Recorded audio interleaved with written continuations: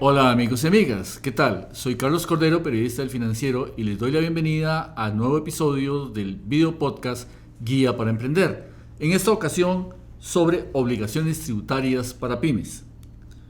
Recuerde que este video podcast lo puede ver a través de YouTube y también lo puede escuchar en Spotify y Apple Podcasts.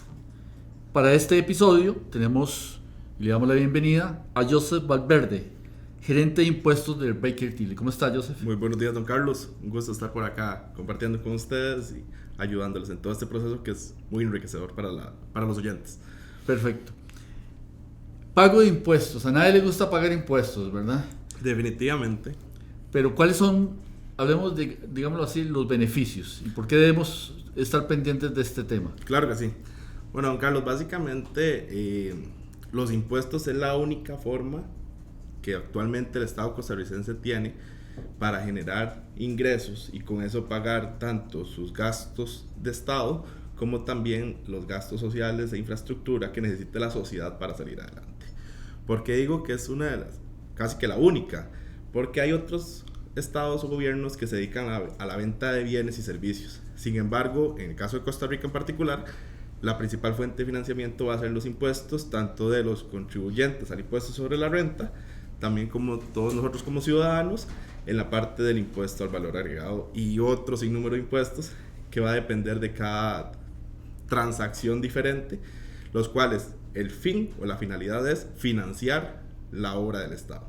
Claro, ahora, ¿en qué me perjudica que yo no pague impuestos? Claro, bueno, como toda obligación, en caso de no atenderse hay sanciones, hay responsabilidades en las cuales usted puede responder. Si sos una persona jurídica, responde como persona jurídica y representante.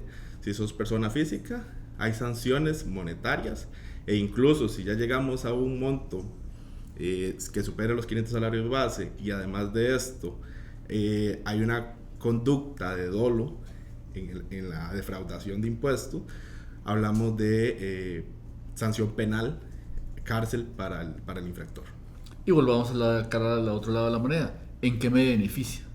Por supuesto, beneficios. Bueno, beneficios tenemos varios. Dentro de eso, hoy en día hay muchas presiones de las diferentes empresas, llámese empresas contratantes e incluso algunos proveedores que seleccionan muy bien quiénes son esas personas con las que hago relaciones.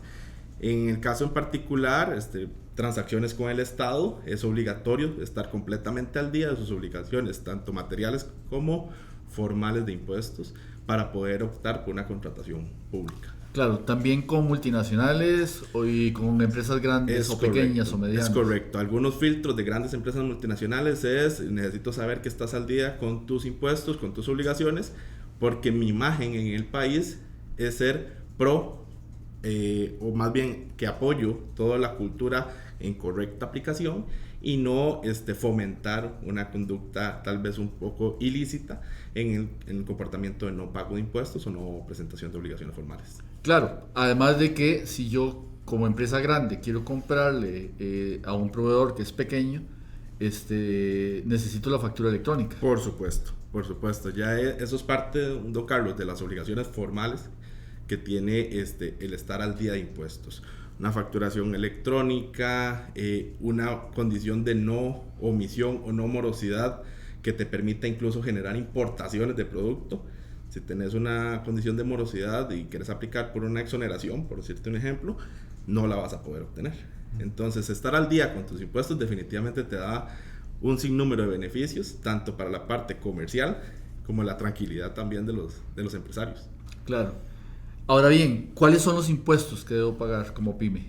Mira, en el específico de las pymes, realmente actualmente en Costa Rica no se distingue mucho entre una pyme y una gran empresa.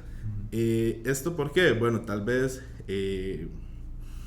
porque nuestra estructura de impuestos es muy homogénea, no tenemos diferenciadores, en donde claramente los únicos que más destacan es la gran empresa, el gran contribuyente, que esos ya son volúmenes muy altos de facturación, pero en el específico de los pymes realmente nos vamos a encontrar en las mismas obligaciones: impuestos sobre la renta, que ese es de carácter anual, impuesto al valor agregado de carácter mensual, tenemos el impuesto a los salarios, que es donde las pymes actúan como agente de retención, tienen que depositarlo.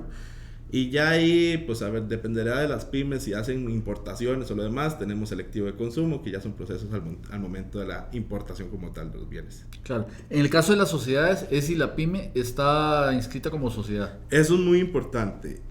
Vamos a ver, la condición de pyme, e incluso tenemos una antes de pequeñas, que es la micro. Uh-huh. Esto, el encargado de asignar esa categoría es el MEIC, en donde la micro y pequeña empresa y mediana tienen que llenar un formulario para optar por esta condición, y es el MEIC que te encasilla y te dice, bueno, vos sos micro, vos sos pyme, vos sos pequeña, vos sos mediana, y a vos no te puedo dar la condición de pyme porque sos gran empresa. Uh-huh. Efectivamente es una condición que se adquiere por medio del MEIC. Claro, recordemos que hay un episodio precisamente donde hablamos del registro PYME ante el Ministerio de Economía, Industria y Comercio. Ahora bien, en el caso de renta, tengo que también cumplir con la obligación de los pagos parciales. Sí, puntualmente a su consulta sí, tengo la misma obligación de hacer los 3 pagos parciales al impuesto sobre la renta. Sin embargo, acá hay que destacar en el tema de renta una reciente reforma que ocurrió a finales del año anterior, en donde se aplicó una exoneración especial para las micro y pequeñas empresas que facturen menos de aproximadamente 120 millones al año, una exoneración de 3 años con impuesto de renta 0, otros 2 años a un 50%, y a partir del 5º año ya se hace la tributación. Claro, eso es para permitir precisamente que durante ese tiempo una microempresa o pequeña empresa que recién se fundó pueda desarrollarse. Claro, por supuesto que siempre el factor impuestos, más allá de generar un gasto adicional, lo que genera es un flujo de caja, una afectación al flujo de caja, y siendo una micro o pequeña empresa, por supuesto que es importante contar con ese flujo de caja para poder hacer las inversiones, ir creciendo, ir contratando personal. Eso es lo que se buscaba con esa exoneración. Claro. ¿Hay alguna otra exoneración? Claro, a nivel de exoneraciones, las micro y pequeñas empresas inscritas en el MEIC no pagan el impuesto a las personas jurídicas, que este impuesto, pues bueno, como lo dice su nombre, lo pagan todas las sociedades jurídicas. En el caso del MEIC están exoneradas al 100%. Eso es un monto que ronda los 231.100 colones por año. Tenemos también la exoneración especial para alquileres, en los cuales no sobrepasen un 1.5 salarios base en su monto mensual. Puedo solicitar una exoneración ante el Departamento de Hacienda, y con esto me libro de pagar el IVA en ese inmueble. Y pues bueno, ya en algunas otras cargas para fiscales o contribuciones, tenemos también la tarifa escalonada con respecto a las cargas sociales de la Caja Costarricense de Seguro Social, y también Coelins. Perfecto. Les recuerdo que este episodio y todos los episodios de Guía para Emprender, además de estar en YouTube, Spotify y Apple Podcast, también lo complementamos con una nota. Entonces, si no tomo apuntes, todos estos exoneraciones e impuestos que acaba de mencionar Joseph, también se los vamos a brindar a través de esa información, esa publicación en nuestro sitio web. ¿Qué es el régimen simplificado y cómo se inscribe una pyme en él? No, Carlos, ese tema está muy interesante porque justamente a finales de agosto, que recién acaba de terminar, se aprobó en la Asamblea Legislativa un proyecto especial para fomentar que las pymes, indiferentemente de su actividad, puedan inscribirse al régimen simplificado. Volviendo a su pregunta con el régimen simplificado, el régimen, como lo dice su nombre, realmente es un régimen de fácil administración para el contribuyente, una tributación también más baja, significativamente más baja, y un requerimiento administrativo más bajo. ¿Por qué? Porque mis impuestos yo no los pago con base en ventas, sino que lo pago con base en las compras que genere durante el periodo. En este caso simplificado son trimestral, ya no es mensual, que hablábamos hace un momento que el IVA mensual, para el régimen simplificado es trimestral.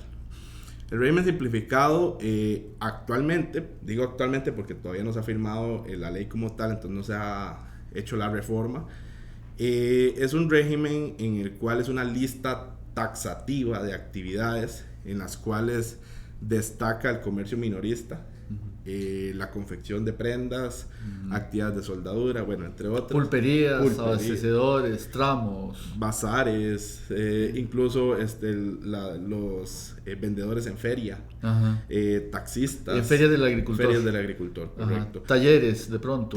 Talleres no los ubicamos. Okay. Justamente porque estaba esa limitación, la limitación de la prestación de servicios. Prestación de servicios profesionales dentro del régimen simplificado no están tipificados. No los permite el régimen. Okay. ¿Qué es lo que busca esta mencionada reforma que te adelanté? Que si usted es una pequeña empresa debidamente reconocida por el MEIC, usted pueda optar por el régimen simplificado indiferentemente cuál sea su actividad económica. Es con eso que ya podemos incluir talleres, podemos incluir los pequeños despachos contables, que en donde la limitación, lo principal es que no sobrepase 5 personas contratadas en planilla. ¿Y también en ingresos hay algún máximo? A nivel de ingresos, pues bueno, no tiene restricción. La restricción de los ingresos, como te mencionaba, era para el efecto de la renta, que te mencionaba anteriormente, pero la restricción que tenemos es en el volumen de compras. Como te dije que era un impuesto que pagaba sobre compras, está limitado a que una pyme inscrita en el régimen simplificado, sus compras anuales no pueden superar los 186 salarios base. Estamos hablando aproximadamente de 85 millones de colones. Y también no puedes tener activos fijos, llámese un inmueble en donde genere su actividad, o bien si compraste una franquicia y te costó un monto significativo, no puedes sobrepasar los 350 salarios base, que si ahorita no preciso mal, me parece que eran como 161 millones, por ahí anda, 159 millones. Claro. ¿Hay un máximo también en la parte de activos? Sí, esa que te menciono, en la parte de los activos, justamente no puedes sobrepasar esos 350 salarios base. ¿Por qué? Porque ya ahí ya te cambia la condición. Ya si llegas a tener más de 350 salarios bases en activos, que como te digo, puede ser un edificio, puede ser los vehículos, puede ser las máquinas industriales, e incluso si compras una franquicia, puede ser que la franquicia te haya costado más de ese monto, se te excluye del sistema y hasta te llegaría a una sanción por estar en un régimen que no te corresponde. Ya pertenece al otro régimen. Correcto. ¿Cada cuánto presenta la declaración una empresa que esté en el régimen simplificado? Régimen simplificado cada trimestre. Entonces el primer trimestre de enero a marzo se presentan los primeros 15 días de abril. De abril a junio se presentan los primeros 15 días de julio. De julio a septiembre, presenta los primeros 15 días de octubre, y de octubre a diciembre los primeros 15 días de enero. ¿Hay alguna desventaja de pertenecer a este régimen? Mira, yo creería que realmente no hay una desventaja. ¿Por qué? Porque para el consumidor no es que yo reciba un producto diferenciado del simplificado del régimen tradicional. Realmente no creo que haya ninguna desventaja. Al contrario, creo que hay suficientes ventajas. Dentro de esas, y una que es un dolor de cabeza para la mayoría de los contribuyentes, es la emisión de factura electrónica. El régimen simplificado está no sujeto a la emisión de facturas electrónicas. ¿Eso qué quiere decir? Que yo puedo tener un comprobante preimpreso como lo funcionaba antes, completo los datos de mi cliente, y eso es suficiente. ¿Para qué? Para que mi cliente se dirija a sus sistemas contables y genere una factura electrónica de compra, y la compra que me hizo es completamente deducible de impuestos. Claro, eso me permite que en caso de que yo le venda a una gran empresa, es la gran empresa la que tiene que generar ese comprobante. Es correcto. Vamos a ver, como el régimen simplificado lo que beneficia al contribuyente como tal, entonces al contribuyente le dice no es obligatoria su emisión de factura. Ahora bien, lo que emite es un tiquete. Un tiquete. El tiquete de compra. Y sí, es correcto, pero incluso ni siquiera es electrónico, ni siquiera viaja a los sistemas de Hacienda. Entonces, esta facilidad que le da el régimen simplificado al contribuyente, aún así, si usted quiere voluntariamente emitir factura electrónica, un contribuyente del régimen simplificado puede configurar sus sistemas y emitir factura electrónica sin problema. O adquirir uno de los servicios que hay de factura electrónica. Adquirir alguno de los diferentes facturadores, utilizar el mismo sistema gratuito del Ministerio de Hacienda. eso no vamos a ver, es simplemente una configuración y ya puedes incluso emitirla. ¿Cuál es la diferencia de la factura electrónica al tiquete preimpreso que yo le puedo entregar a mis clientes? Que con la factura electrónica le ahorro a mi cliente, a esta gran empresa, a que haga un segundo documento que se llama factura electrónica de compra. Si ya yo le emito la factura electrónica desde el inicio, mi cliente se ahorra esa segunda parte. Si le emito el comprobante preimpreso, mi cliente se dirige a su departamento contable como gran empresa y le solicita que haga una factura electrónica de compra por el mismo monto de lo que fue comprado a mí o lo que yo le vendí, digamos. Claro. Una duda con respecto a quienes pueden estar en el régimen simplificado. ¿Los profesionales independientes? Mira, los profesionales independientes pueden optar por inscribirse como micro, pequeña empresa, siempre y cuando se dé la evidencia. Y con esta reforma que va a ocurrir, porque ya se aprobó en segundo debate a finales de agosto, ahora sí se les va a permitir estar inscritos en el régimen simplificado. Lo cual es una muy buena noticia. De hecho, vi en algunas estadísticas que las pymes generan el 35% de los empleos en Costa Rica, una suma bastante digna de destacar. Y entonces, si usted tiene las posibilidades de hacer una pequeñita empresa, una microempresa, en donde, vuelvo y repito, la limitación es que no sobrepase 5 empleados, por supuesto que es sumamente beneficioso. Estamos hablando que, por ejemplo, actualmente, vamos a ver si ya eso va a cambiar también en el tema de las tarifas, pero actualmente el comercio minorista, estamos hablando que rentas un 1% sobre las compras y el IVA es un 2% sobre las compras. Que eso los contrastamos contra el 13% y hasta el posible 30%, puede llegar a contrastar bastante, ¿verdad? Y ser una muy buena oportunidad para ese sector que tal vez no ha podido formalizarse porque sabe que la carga tributaria es alta y tal vez con esto se llegue a incentivar. Claro. ¿Cuáles son las recomendaciones en general para que las pymes puedan cumplir con las obligaciones tributarias y recibir los beneficios que hemos hablado? Perfecto. Bueno, en este caso la primera recomendación es una muy buena asesoría al momento que se inscriben ante el Ministerio de Hacienda. La inscripción es un proceso rápido, sin embargo, si no se hace correctamente, te puede acarrear un problema durante todo tu negocio. Por decirte un ejemplo, si yo soy una pyme, supongamos que ahorita no está la ley, entonces yo digo, quiero estar en régimen simplificado y me inscribo con una actividad de servicios profesionales, no se me va a permitir de ninguna manera, el formulario no se habilita. Entonces, lo primero es esa asesoría para identificar claramente cómo me tengo que inscribir, cuáles son mis obligaciones. El segundo punto, creo yo, importantísimo destacar, es el orden. No dejemos de lado las pymes, por lo general son empresas familiares o algún emprendimiento personal, en donde el orden puede llegar a segundo paso, pero no es lo esencial. ¿Por qué? Porque si estoy en una tributación de impuestos, tanto mis compras como mis ventas es lo que va a significar si desembolso más dinero o menos dinero. Y en una pyme el flujo de caja es fundamental.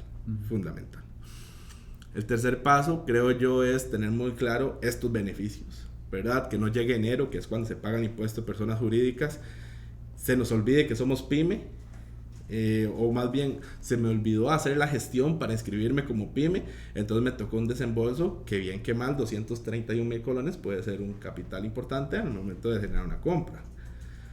Que como se me olvida hacer este registro, a pesar de que tengo las condiciones para ser pyme, voy y alquilo un edificio y por no obtener la exoneración estoy pagando un 13% de IVA.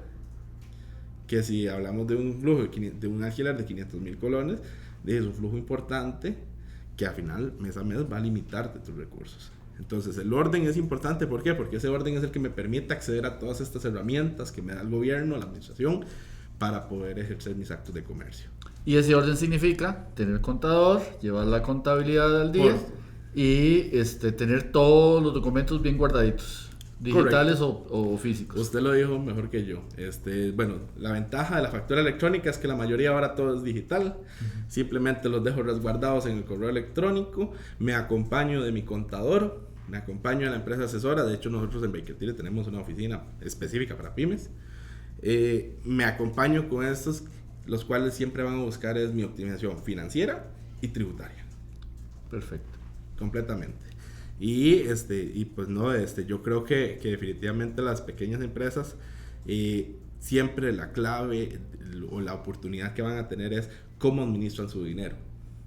Y si usted controla sus impuestos y controla sus compras y sus ventas, yo creo que definitivamente ese problema puede ser subsanable.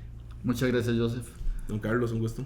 Muchas gracias a ustedes también por estar atentos a este video podcast Guía para Emprender. Recuerde que estamos en YouTube, Spotify y Apple Podcast. Nos vemos y nos escuchamos en el próximo episodio de Guía para Emprender.